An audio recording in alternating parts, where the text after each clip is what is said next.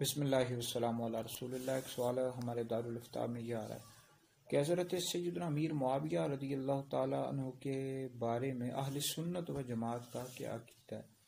تو اہل سنت و جماعت کا حضرت سیدنا امیر معاویہ رضی اللہ تعالیٰ عنہ کے بارے میں یہ عقیدہ ہے، اور یہ اہل سنت کی جتنی بھی کتابیں ہیں، عقائد کی شرح، عقائد نسبی، اسی طرح دیگر جتنی بھی کتابیں ہیں، پھر فتاوی رضویہ، بہار شریعت، سب میں لکھا ہوا ہے۔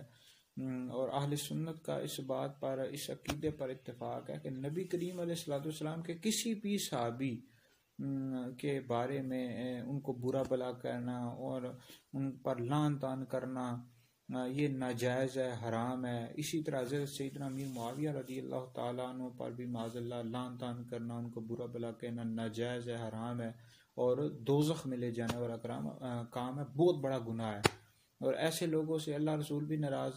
اور اس حوالے سے مشکات شریف اور دیگر کتابوں میں احادیث مبارکہ موجود ہے۔ نبی پاک علیہ الصلوۃ والسلام نے ارشاد فرمایا کہ میرے صحابہ کے حق میں اللہ رب العزت سے ڈرو اور ان کو میرے بعد تنقید کا نشانہ نہ بنانا۔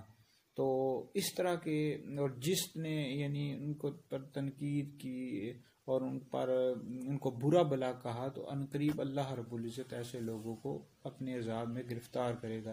یہ مشکات شریف میں دیگر بھی کتابوں موجود ہے۔ تو بہرحال اہل سنت کا اس عقیدے پر اتفاق ہے کہ حضرت سیدنا امیر معاویہ رضی اللہ تعالیٰ عنہ کو برا بلا کہنا، ان پر لعن طعن کرنا یہ ناجائز ہے اور حرام ہے۔